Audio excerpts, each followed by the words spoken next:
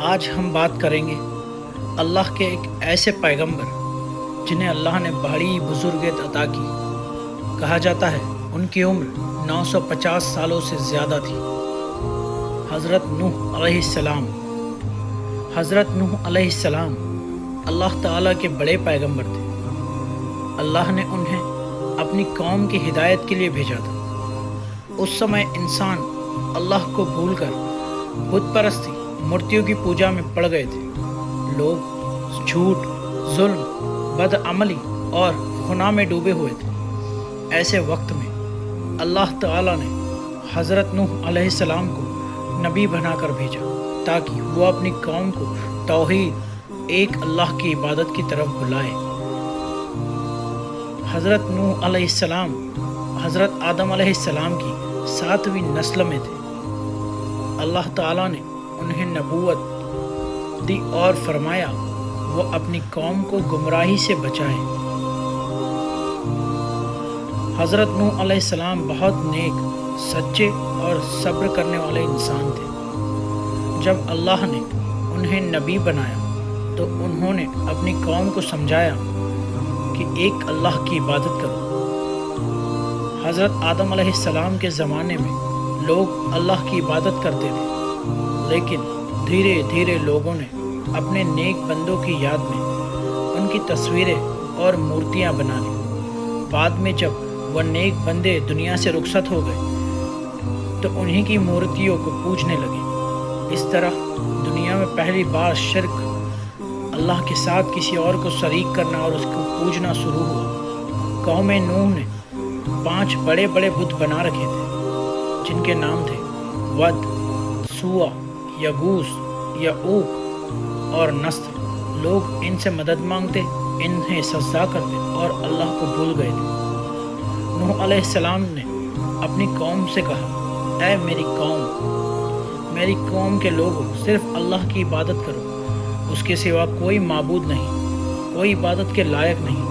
میں تمہارے لیے دردناک عذاب سے ڈرتا ہوں۔ لیکن ان کی قوم کے سرداروں نے کہا، اے نوح، تم بھی تو ہماری طرح انسان ہو، ہمیں کوئی فرق نظر نہیں آتا ہم میں اور تم میں، پھر ہم تم پر ایمان کیوں لائیں؟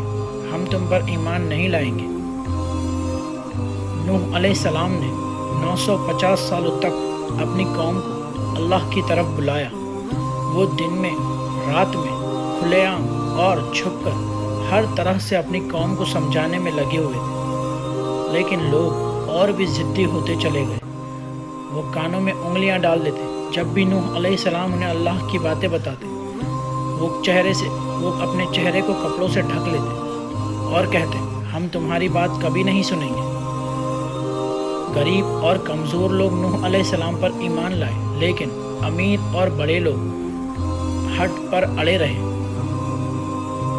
قوم کے بڑے لوگ کہتے، ہم تمہیں مانیں اور ہمارے نیچے درجے والے غریب تمہارے ساتھ بیٹھے؟ یہ کبھی نہیں ہو سکتا۔ نوح علیہ السلام نے جواب دیا، میں غریبوں کو نہیں بھگا سکتا، وہ بھی اللہ کے بندے ہیں۔ پھر بھی ان کی قوم کہتی رہی، اے نوح، اگر تم باز نہ آئے تو ہم تمہیں پتھروں سے مار مار کر ختم کر دیں گے۔ صدیوں تک صبر کرنے اور محنت کرنے کے بعد جب نوح علیہ السلام نے دیکھا کہ اب یہ لوگ کبھی نہیں مانیں گے تو انہوں نے اللہ سے دعا کی، اے میرے رب، ان کافروں کو مٹا دے، یہ تیری عبادت کی طرف نہیں آنے والے۔ ایسا عذاب بھیجو کہ دھرتی پر ان میں سے کوئی بھی باقی نہ رہے۔ اللہ تعالیٰ نے ان کی دعا قبول کر لی۔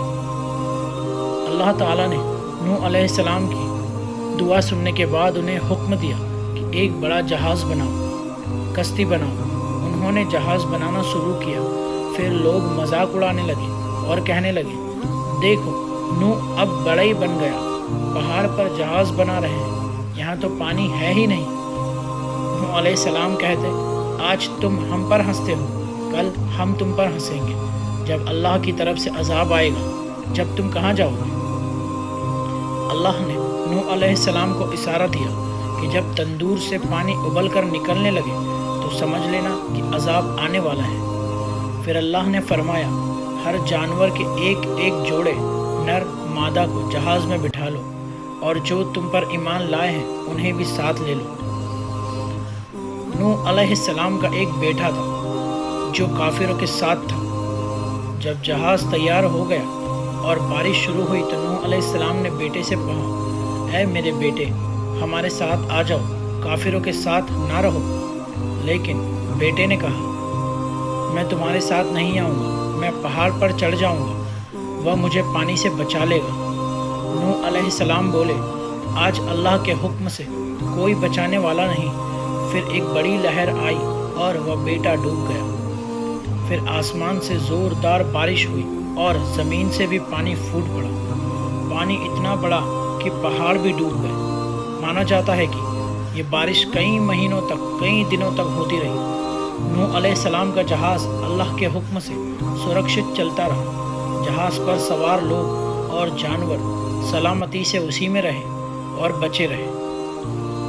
جب اللہ کا غضب پورا ہوا تو حکم آیا، اے زمین اپنا پانی سوکھ لے، اے آسمان تھم جا۔ پانی سوکھ گیا اور جہاز جوڑی پہاڑ پر، ماؤنٹ جوڑی پر ٹھہر گیا۔ نوح علیہ السلام نے کہا، اے میرے رب، تو نے مجھے اور میرے ساتھ والوں کو بچا لیا، یہ تیری رحمت ہے۔ حضرت نوح علیہ السلام کے واقعے سے ہمیں سیکھنے ملتا ہے کہ اللہ کی عبادت صرف اسی کی عبادت کرنی چاہیے۔ شرک، بت پرستی سب سے بڑا شرک اور گناہ ہے۔ پیغمبر کی بات ماننی چاہیے چاہے لوگ کتنی بھی دشمنی کریں۔ صبر اور محنت کرنے والے کو آخرکار اللہ مدد دیتا ہے۔ دنیا کی کوئی طاقت اللہ کے عذاب سے بچا نہیں سکتی۔ حضرت نوح علیہ السلام کا پورا واقعہ انسانوں کے لیے ایک سبق ہے۔ انہوں نے 950 سالوں تک صبر اور محنت کی، اپنی قوم کو دعوت دی، اللہ کی طرف بلایا، اللہ کے عذاب سے ڈرایا، لیکن اپنی قوم سے کبھی ہار نہیں مانی۔